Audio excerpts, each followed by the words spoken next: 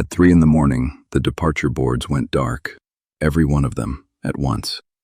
No final boarding call, no announcement.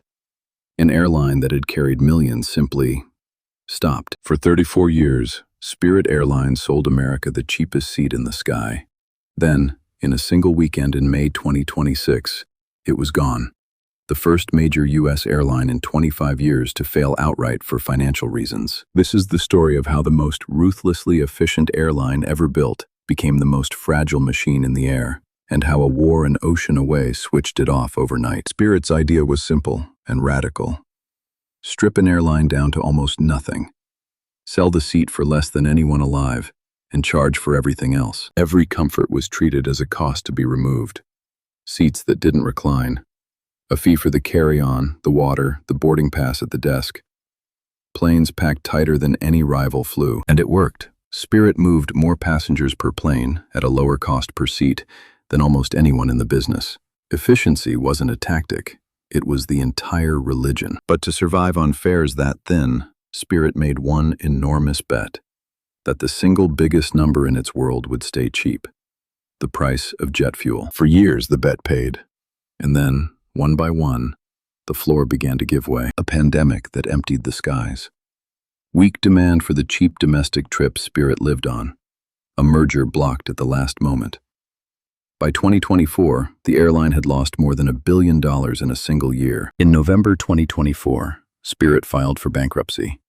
It emerged in March 2025, leaner and lighter. And then, that August, it filed all over again. The machine was running out of room to cut. And then came the one thing its model had no answer for. In early 2026, war broke out in Iran, oil markets convulsed, and the price of jet fuel, the one number Spirit's entire survival was built on, roughly doubled in a matter of months. A full-service airline could have absorbed that blow. Spirit had spent 20 years removing every cushion that might have softened it. The most efficient airline in America had no shock absorber left. There was only one way out now. A rescue from the outside. Spirit went to Washington and asked for a $500 million federal bailout. For weeks, the survival of an entire airline hung on a deal that was always just about to happen. It never did. The talks collapsed. And without that money, there was no next week. On May 2nd, 2026, at 3 in the morning, Spirit Airlines stopped flying. Effective immediately.